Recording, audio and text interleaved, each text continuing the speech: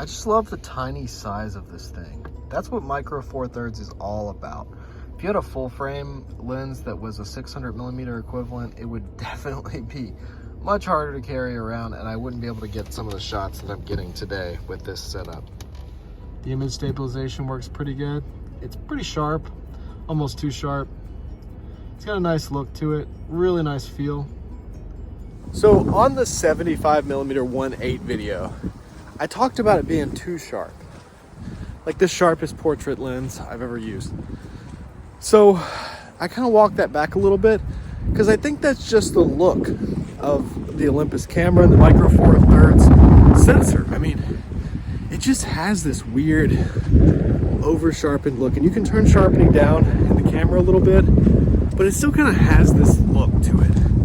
And that's what I was thinking about, because the full frame image has this 3D pop and this softness to the bokeh, something that you're just not going to see on this.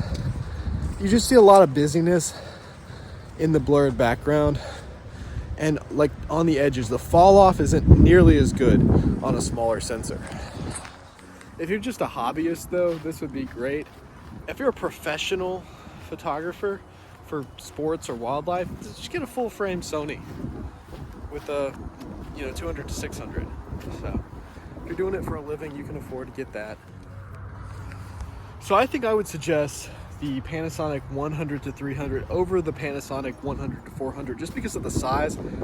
On a small camera like this is what I'd go with. It's plenty sharp. This is the second version. I think the second version is sharper than the first version, but I'm not 100% sure. Haven't tested them both. So yeah, I would get a lens hood though. I am seeing a lot of chromatic aberration, even in the viewfinder. Like you can see chromatic aberration before you even take the picture. A lot of purple fringing, stuff like that.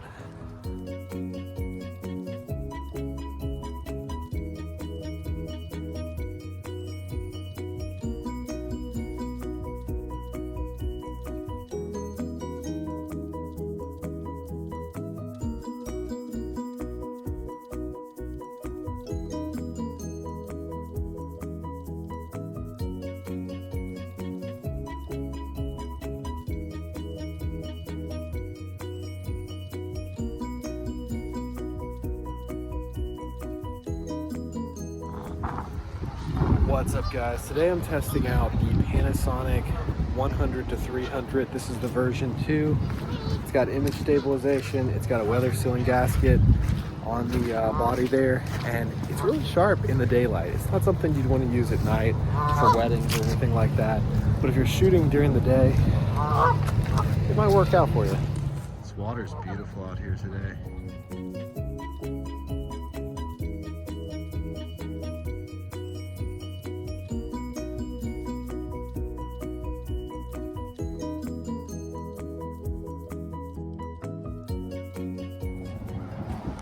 So yeah, you don't want to shoot this lens in low light, but in daylight, it's actually pretty good. You definitely want a lens hood though. I've noticed today shooting in the daylight that I definitely needed a lens hood before, so definitely pick that up.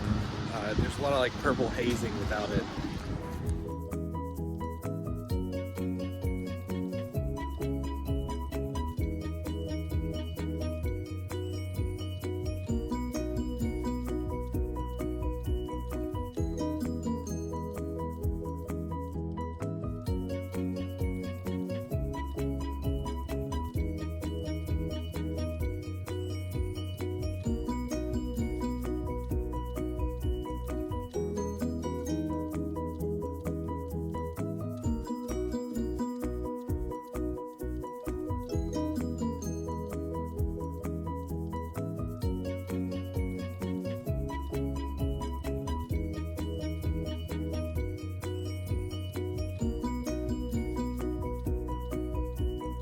All right, so where this lens really shines is when you're doing shots of wildlife, birds in flight, stuff like that.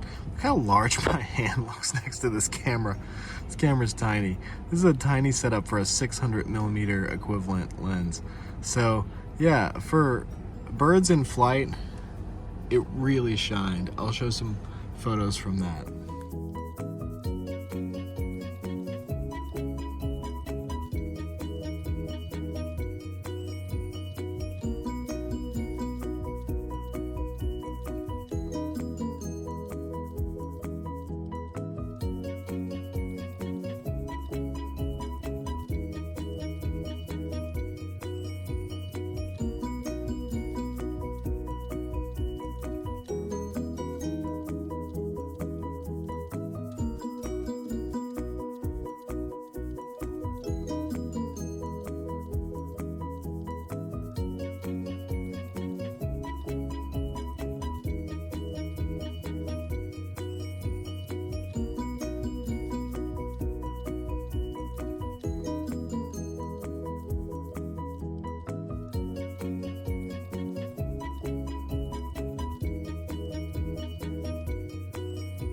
What's up, guys? It's snowing a little bit, it's really cold outside, and I'm out here testing out the Panasonic 100 to 300 millimeter lens.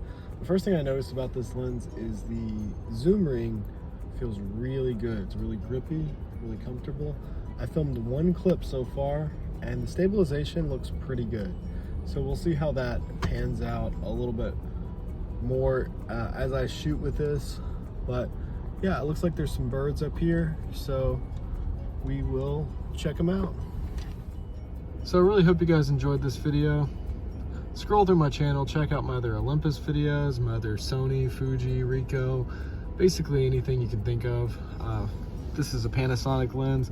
I don't have a lot on Panasonic, but I've got a few lenses that I'm going to be reviewing from Panasonic.